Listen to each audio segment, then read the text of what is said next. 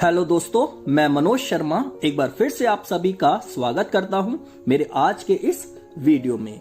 आज हम क्या करने वाले हैं? आज हम करने वाले हैं क्लास 10th की हिस्ट्री का चैप्टर नंबर 1, जिसका नाम है the rise of nationalism in Europe. आज हम इस चैप्टर का पार्ट नंबर 4 डिस्कस करेंगे। इससे पहले मैं इसी चैप्टर के 3 पार्ट्स ऑलरेडी करवा चुका हूं।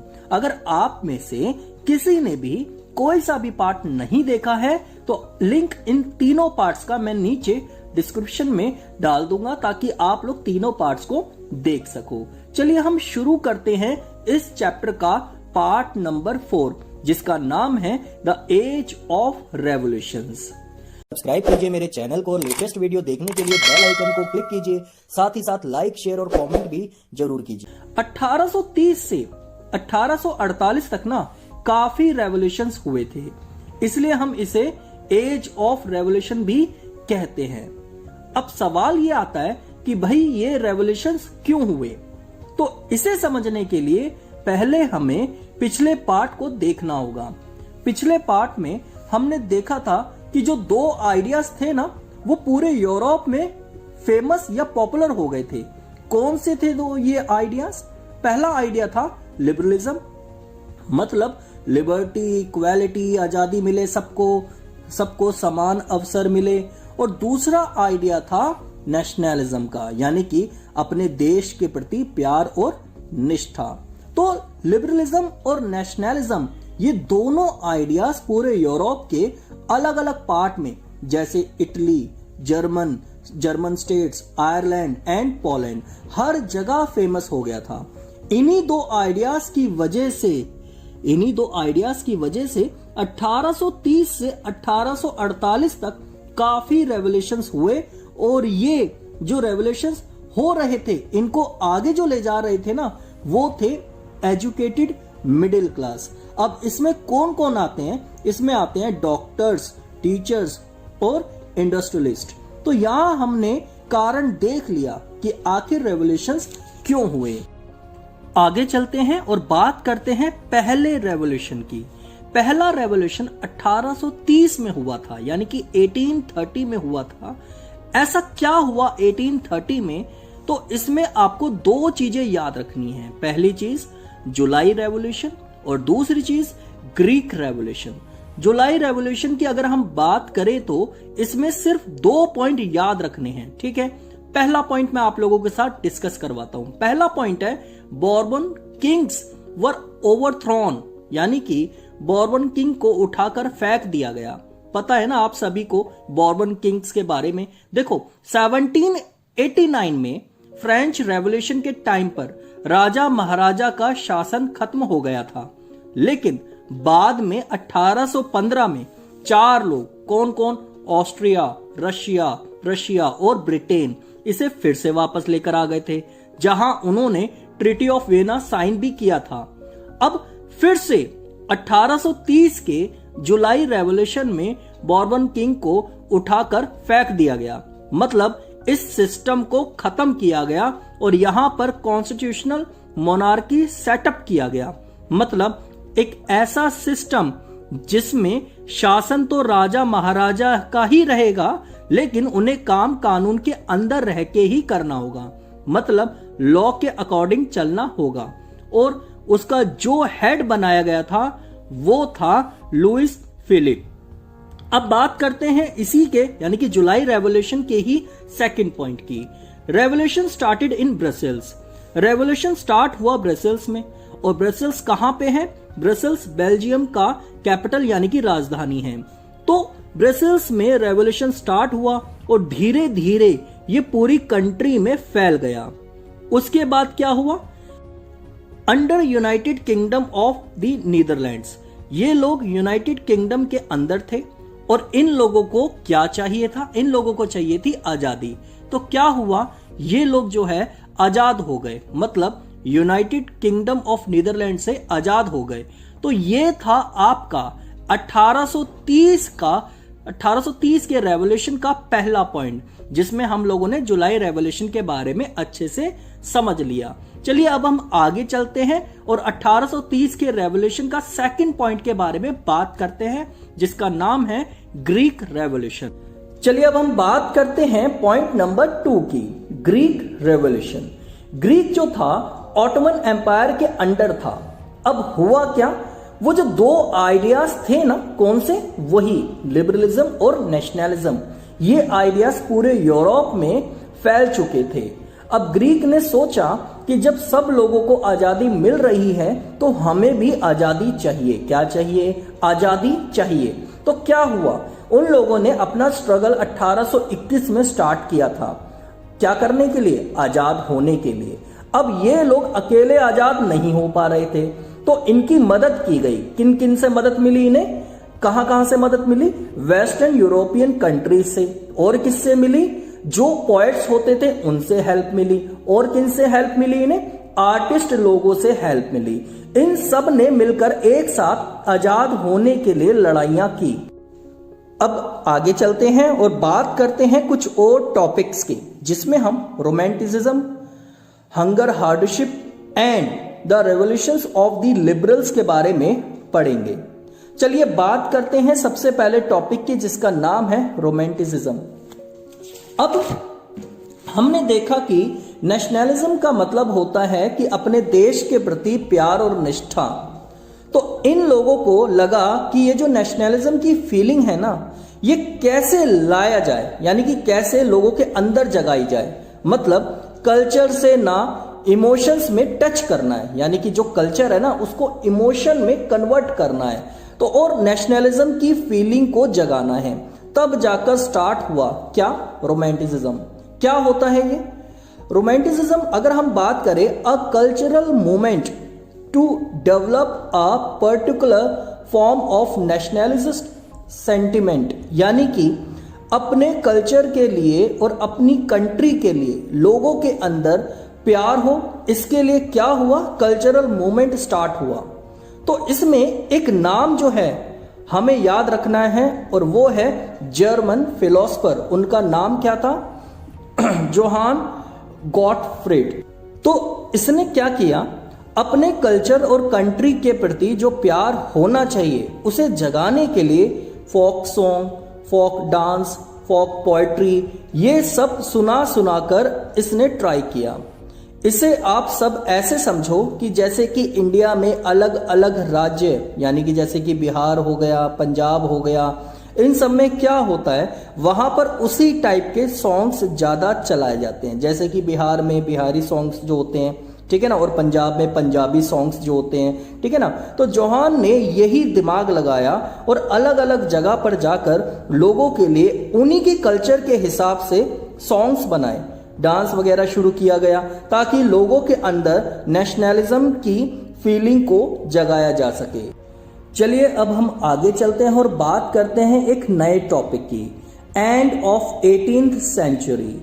एंड ऑफ 18th सेंचुरी में ना ग्रेट पावर्स कौन कौन, रशिया, प्रशिया, ऑस्ट्रिया, इन लोगों ने मिलकर पोलैंड को अलग कर दिया। अब पोलैंड पर राज किसका आया, पोलैंड पर राज किया रशिया ने। रशिया ने क्या किया, पॉलिश लैंग्वेज रिमूव्ड। रशिया ने पोलैंड की जो पॉलिश लैंग्वेज थी जो, उसको हटा दिया और वहां पर रशियन लैंग्वेज को इंप्लीमेंट किया गया। स्कूल, कॉलेज, हर जगह रशियन लैंग्वेज का यूज किया गया। अब पोलैंड के लोगों को गुस्सा आ गया कि भाई एक तो हमें अलग कर दिया और हमारी लैंग्वेज को भी हमसे छीन लिया। तब पोलैंड ने रशिया के अगेंस्ट 1831 में, यानी कि 1831 में फाइट की। लेकिन क्या हुआ, पोलैंड जो था हार गया था, क्योंकि उस टाइम पर रशिया बहुत पावरफुल था। और इस लड़ाई में जिन्होंने भी भाग लिया था, जैसे कि पुजारी लोग, ठीक है ना, रशिया क्या करता था, इन्हें उठाकर जेल में डाल दिया करता था, या फिर साइबेरिया में, साइबेरिया रशिया की सबसे ठंडी जगह है, वहां टेम्परेचर जो है ना -71 डिग्री सेल्सियस होता है। तो यहां पर लोगों को छोड़ दिया जाता था जो रशिया के अगेंस्ट जाकर फाइट करते थे, ताकि आज के बाद कोई भी फाइट करने के बारे में ना सोचे। किसने किया था ऐसा, रशिया ने किया था। किसके लिए, पोलैंड के लोगों को, यानी कि पुजारी लोग जो होते थे ना, उनके साथ ऐसा किया गया। ठीक है ना। चलिए अब हम आगे चलते हैं और बात करते हैं सेकंड टॉपिक की, hunger, hardship and popular revolt. 1830 की अगर हम बात करें, ये यूरोप का सबसे खराब इकोनॉमिक टाइम था, क्योंकि पॉपुलेशन उस समय काफी तेजी से बढ़ने लगी थी। ठीक है। अब रूरल एरिया से लोग माइग्रेट होके शहर की तरफ आने लगे थे ताकि उन्हें शहर में जॉब मिल सके, लेकिन उन्हें जॉब नहीं मिलती थी। अब हुआ क्या, अब जो भी सामान था वो इंग्लैंड से आने लगा था, क्योंकि वो सस्ता था, मशीन से बना हुआ होता था। अब इससे हुआ क्या, अब इससे ये हुआ कि यूरोप में जो स्मॉल प्रोड्यूसर्स थे ना, उनका काफी लॉस होने लगा था, क्योंकि कंपटीशन ज्यादा बढ़ने लग गया था। तो 1848 में फूड शॉर्टेज और वाइड स्प्रेड अनएम्प्लॉयमेंट देखने को मिला, मतलब किसी को भी नौकरी नहीं मिलती थी। और फूड शॉर्टेज की वजह से जो पेरिस जो था वो रोड पर आ गया था, और लुइस फिलिप जो कि कॉन्स्टिट्यूशनल मोनार्की का हेड था, उसे भी हटा दिया गया था कि तुझसे कुछ नहीं हो रहा, तू यहां से निकल जा। अब इसको हटाने के बाद कुछ चेंजेस लाए गए, जैसे कि राइट टू वोट, यानी कि इसमें सभी लोग, चाहे मेल हो या फीमेल हो, सभी को वोट देने का अधिकार मिला, जिनकी एज 21 या इससे ज्यादा है। राइट टू वर्क, सभी को काम करने का अधिकार मिलेगा, चाहे वो मेल हो या फिर वो फीमेल हो। तो 1845 में, यानी कि 1845 में कुछ बात है जो मैं आपको बताता हूं। Weavers started revolt against contractor. Weavers जो थे, है ना, वीवर्स जो होते हैं ना, उन्होंने क्या किया, वीवर्स जो थे उन्होंने कॉन्ट्रैक्टर के अगेंस्ट फाइट करनी शुरू की, क्योंकि कॉन्ट्रैक्टर ने वीवर्स की जो पेमेंट थी अचानक से घटा दी थी, यानी कि जो उनकी वेजेस होती है ना, वो अचानक से क्या कर दी थी, घटा दी थी, यानी कि कम कर दी थी। तो 4 जून 1845 में लार्ज क्राउड ऑफ वीवर्स जो थे वो लोग डिमांड करने लगे कि हमें हायर वेज चाहिए, यानी कि हमें ज्यादा वेजेस चाहिए। तो इससे हुआ क्या, कॉन्ट्रैक्टर जो था वो अपनी फैमिली के साथ भाग गया और इसमें 11 वीवर्स की गोली से मारकर हत्या कर दी गई। कितने वीवर्स की, 11 वीवर्स की। आगे चलते हैं और बात करते हैं थर्ड टॉपिक की, 1848 the revolution of the liberals. ये जो हमारा टॉपिक है इसको आप अच्छे से समझना, क्या है, the revolution of the liberals. 1848 में क्या हुआ, इसमें रेवोल्यूशन चल रहा था, और कौन चला रहे थे इसे, lead by middle class people, यानी कि इस रेवोल्यूशन को मिडिल क्लास के लोग चला रहे थे।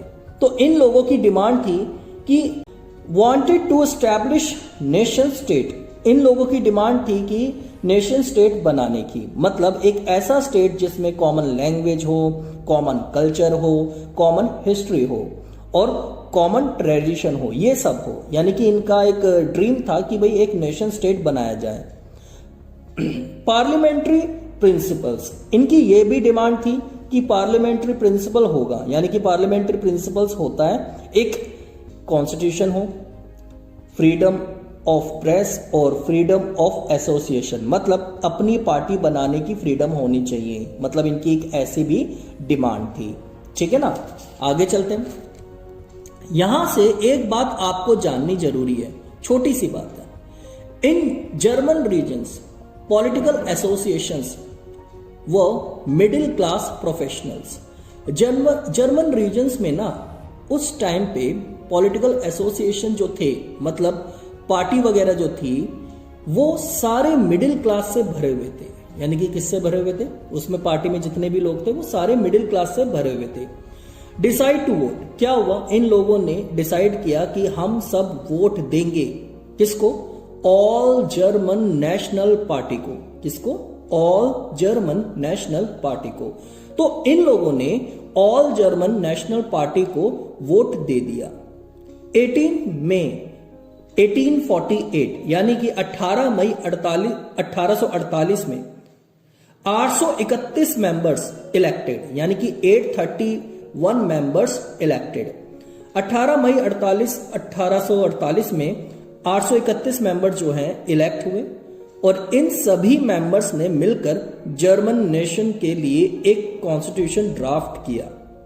Parliament become dominate by the middle class. Parliament जो है उस टाइम पे डोमिनेट हो गया, किससे? मिडिल क्लास से, क्योंकि ऑल जर्मन नेशनल पार्टी की जीत हुई थी और इस पार्टी में सारे ही मिडिल क्लास के लोग थे, इसलिए पार्लियामेंट जो था वो डोमिनेट था, किससे? मिडिल क्लास से।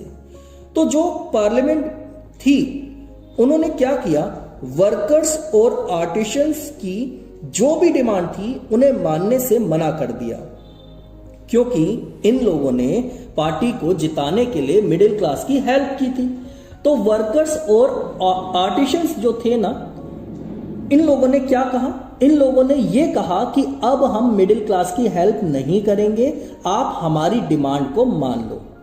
अब इससे क्या हुआ, सैनिक जो हैं वो लोग आए और जो ये पार्टी बनी हुई थी इसको हटा दिया गया। कौन सी? वही नेशनल जर्मन वाली।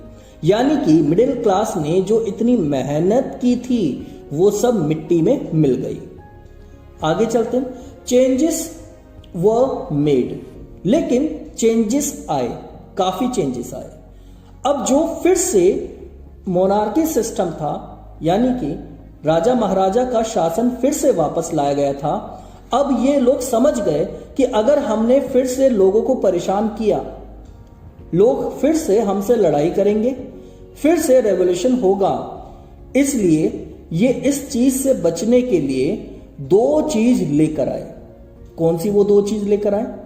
पहली चीज, serfdom and bounded labour was abolished, यानी कि इन लोगों ने ऐसे सिस्टम को खत्म करा जहां गरीब और मजदूर लोग अपर क्लास लोगों के लिए काम करते थे, यानी कि जो बेचारे गरीब मजदूर होते थे, ठीक है ना, वो लोग अमीर लोगों के लिए अंडर रह के काम करते थे ना, तो उसने इस सिस्टम को खत्म किया। Granted autonomy to the Hungarians, Hungarians को ऑटोनॉमी ग्रांट कर दिया, मतलब अब वो लोग अपनी सेल्फ गवर्निंग कंट्री बना सकते हैं, जहां इनकी गवर्नमेंट हो वैसी कंट्री बना सकते हैं जैसा वो चाहते हैं। तो ये था आप लोगों का पूरा आज का ये पार्ट। इसमें हम लोगों ने काफी इंपॉर्टेंट टॉपिक्स पढ़े थे। तो मैं उम्मीद करता हूं कि आप लोगों को ये वाला पार्ट अच्छे से समझ में आ गया होगा। तो आज की वीडियो में इतना ही काफी है। अगर आप लोगों को ये वीडियो पसंद आया हो तो प्लीज लाइक करना बिल्कुल भी मत भूलना। अगले पार्ट में हम आप लोगों से जल्दी मिलेंगे। तब तक के लिए थैंक यू सो मच। खुश रहिए, स्वस्थ रहिए और मस्त रहिए। Take care and bye.